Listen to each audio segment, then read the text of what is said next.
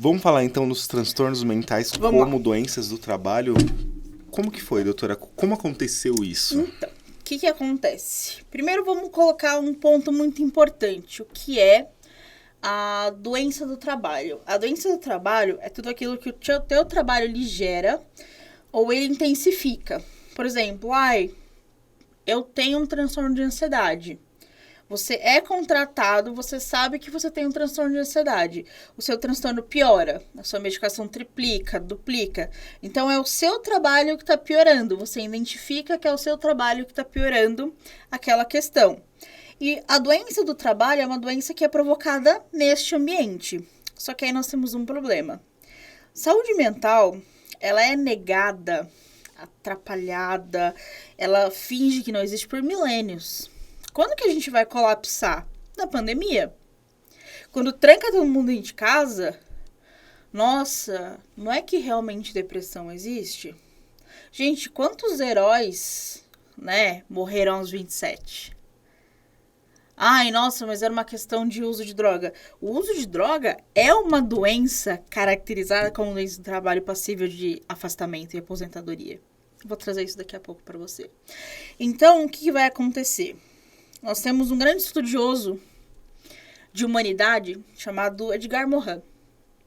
Ele escreve um livro um pouquinho antes da pandemia, quase como uma trombeta do apocalipse. Ele escreve um livro que é Como Sobreviver em Tempos de Crise.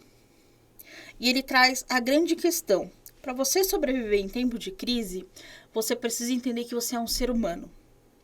Enquanto você não entender que você tem humanidade, que você precisa de empatia, que você precisa sobreviver em sociedade, você não vai conseguir viver bem.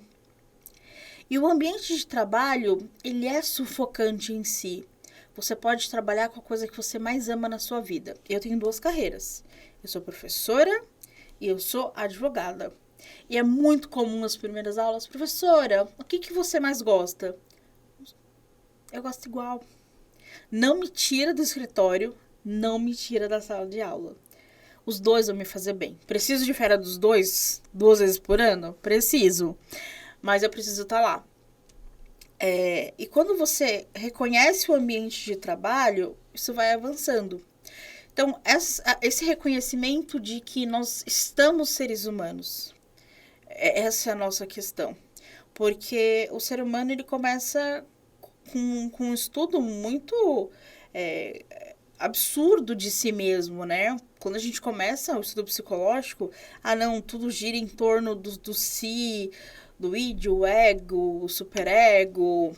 Então, quando a gente para colocar isso no ambiente de trabalho, e são ambientes muito simples.